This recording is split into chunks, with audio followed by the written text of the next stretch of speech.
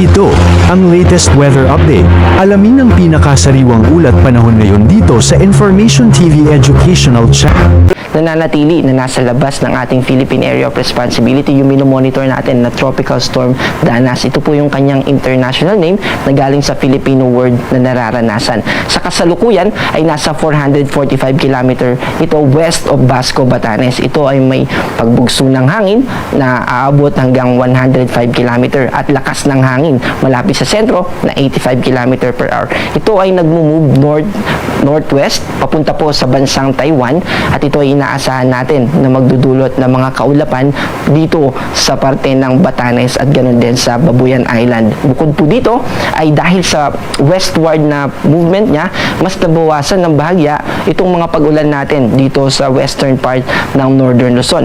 Pero as it moves further north, ay unti-unti na muling makaka-impluwensya sa atin yung southwest monsoon na kung saan nagdadala ng maulap na kalangitan na may kasamang mga pag-ulan dito sa western part ng Luzon at ganoon din sa western part ng Visayas.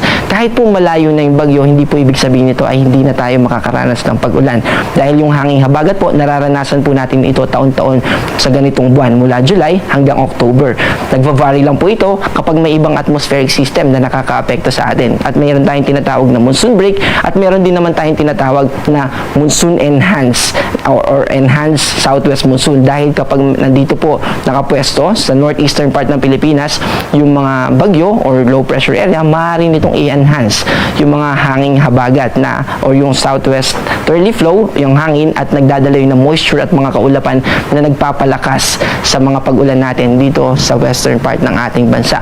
Inaasahan din natin na magiging maulap dito sa western part ng Visayas at ganoon din dito sa mainland o sa kalupaan natin dito sa Mindanao. Yung mga thunderstorm na yan ay mamaya ipapakita po natin sa mga susunod na slide dahil may nakataas tayo na thunderstorm advisory sa lugar na yan. Dito naman sa eastern part ng Visayas, ganoon din dito sa Bicol region, asahan natin na mababawasan yung mga kaulapan pero andun pa rin yung epekto ng mga localized thunderstorm.